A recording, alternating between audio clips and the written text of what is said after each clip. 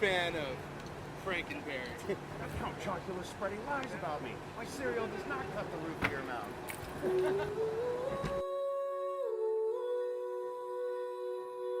Like these sort of things and experiences for me, these are what I would dream of. I'm just like any kid that might watch me. I'm still that kid in my garage. I'm still that guy. And humility is a big thing for me, and gratitude, and I feel that, you know, if you just dream and stay in the dream, if you don't stop, it comes true.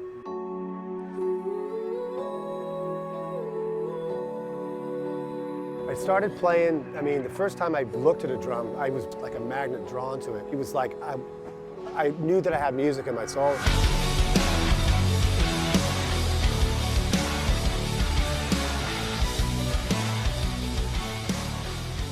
That next Christmas, I asked for a set of golf clubs.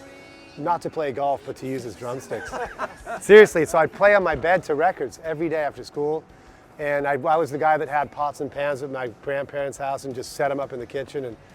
And so once I got to America, my mother ended up marrying a musician named Patrick Shanahan, who played with, he's a drummer, who played with Tina Turner and Ike and a ton of things, you know, and a lot of success, and which was good for me because it's like, how perfect, I got free drums from him. Yeah.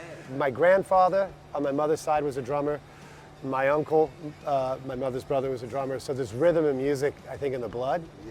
Yeah. And just being English, all the best music's from here anyway, isn't it, boys? Let's be honest. For me, like I thought when I get my first, it's hard to get a record deal anyway, just to get one.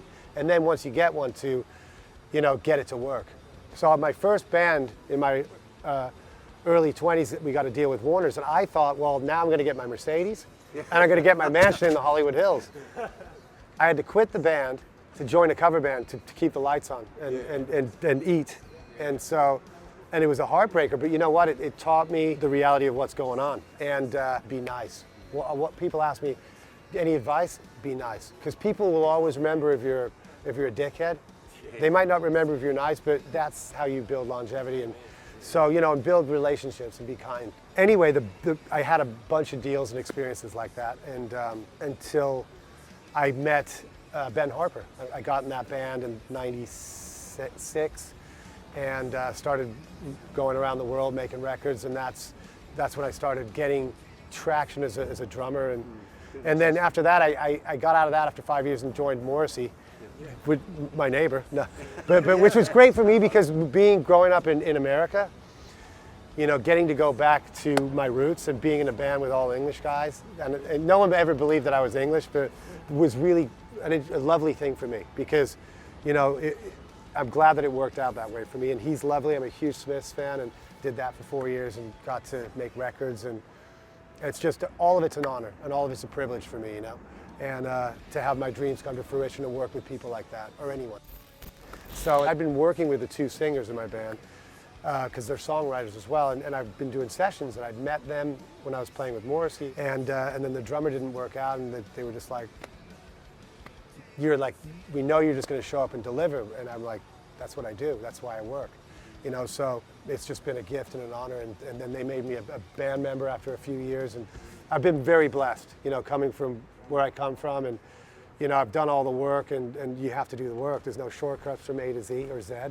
You know, there's no shortcuts. You got to just get in and work and be nice, and that's it.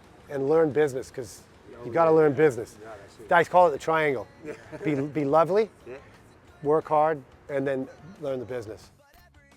My number one favorite drummer is Steve Gadd, but I like to go like who's his favorite drummer, and I'd like to go through the lineage of anyone that I really admire. I mean, anyone that's great, like what made them great, what did they take into their souls and work with. Beatles, huge.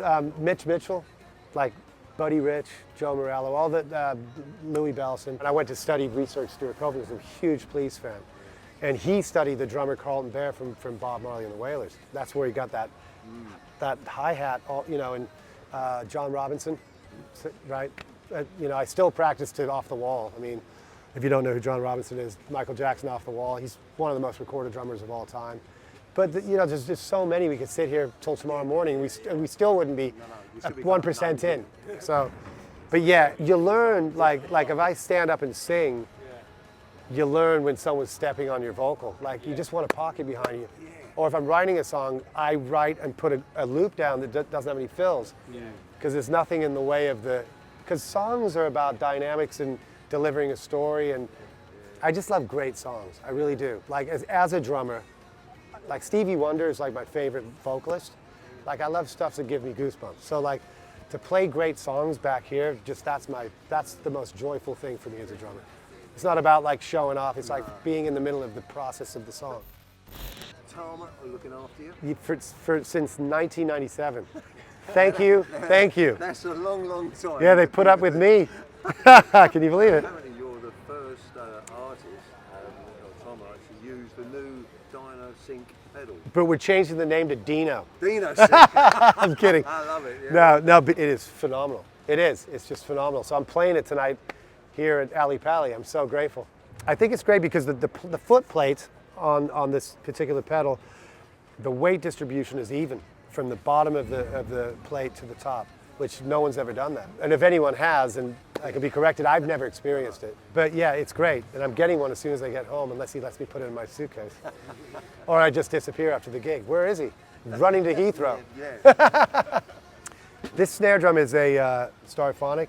It is a 14 by 6 snare drum, and it has reverse flange hoops, which means, if you don't know what that means, the rim on the top that holds the head down, the top comes in, rather than the triple flange is where it does the opposite.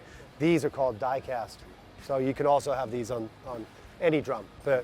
So that's, it's a beautiful drum. The great thing about this drum is if you which I'm not going to do because it's tuned, but if you, for example, if you once you take the lugs out to replace a drum head, they just fall. So instead of coming out and having to set, they fall, so you can then lift it off and then they come back on. So it's a really, really well thought out idea. And they also make these. I have a brass one for recording. Is every wood, whatever Tama has to offer, they make in this drum. But this is the aluminum. Aluminium is my favorite one.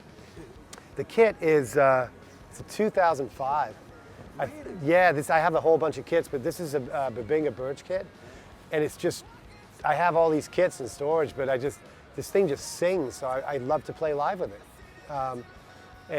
What I have is a 22 on the kick drum, 22 diameter, 18 deep, and then the rack is a 12 by, I think it's by 10, and then this is a square, 16, 16. And then these have die cast, as I mentioned, tubes, and they're floating, so the top racks are floating, and these aren't, they just have legs. I prefer legs, by the way. Some drummers have floating floor toms. I like it to be, because I move a lot, not as much as soundcheck, but so I like it to be anchored in case you have a wobbly riser. Cymbals, Peisty, they've been lovely to me for years, since the 90s as well. I have Peisty Signature Series, so I have a 19 full crash. Here I have a 20 full crash, 22 Precision Signature Heavy Ride, and I have an 18 full crash and a 17. So it's basically 17, 18, 20, 19. This is it's a mix and match on this. It's a 2002, but it's a 15. It's a Sound Edge, but I broke it. So the bottom, so I have a different bottom. I don't know what I have on the bottom.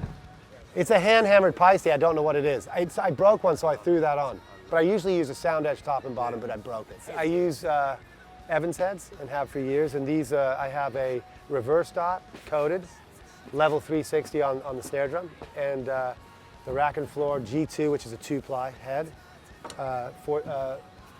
G2 coated. And you know, sometimes just for me, I like to change things up, and sometimes I'll tour with clear, just because it makes me feel or think differently. But yeah, I've just kind of been in this coated thing, you know, old school. It is powdery and, you know, that sort of thing. But these are cool. On the bottom, I think I just have ebony resonant heads on the bottom, which is just a single ply.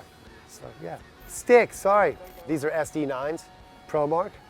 And it's great. They're great sticks. They're very durable. I used to use 5Bs and 2Bs for years, and I was looking for something. Somebody showed me a stick that was just a little bit longer. This is probably this much longer than like a proper like 2B, you know, or 5A or just standard stick. This is basically, it's about the thickness is in the middle of a 2B and a 5B, but it's got like about this much more. So you've got, it just feels great for this, you know, I use different sticks for different styles of music and different feels, and, you know, but for this and just groove stuff, it's working really nicely. Hey everyone, my name's Dean Butterworth, drummer for Good Charlotte. We're here at Ali Pali in London, privileged to play here.